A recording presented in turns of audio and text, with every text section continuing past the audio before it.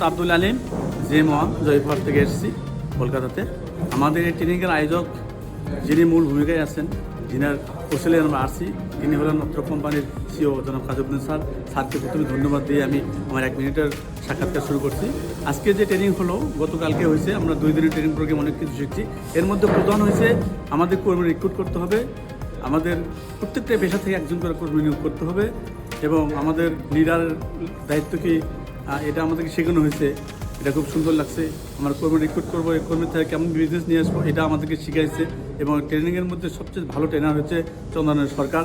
ট্রেনারকে আমাদের বারবার দরকার।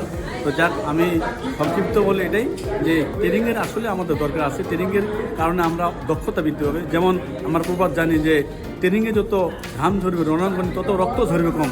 এটাই সত্য, এটাই বাস্তব। সর্বশেষে আমি ধন্যবাদ জানাই সিও স্যারকে আমাদেরকে সুন্দর ট্রেনিংয়ের ব্যবস্থা করার জন্য। সকলকে ধন্যবাদ। আসসালামু আলাইকুম ওয়া রাহমাতুল্লাহ।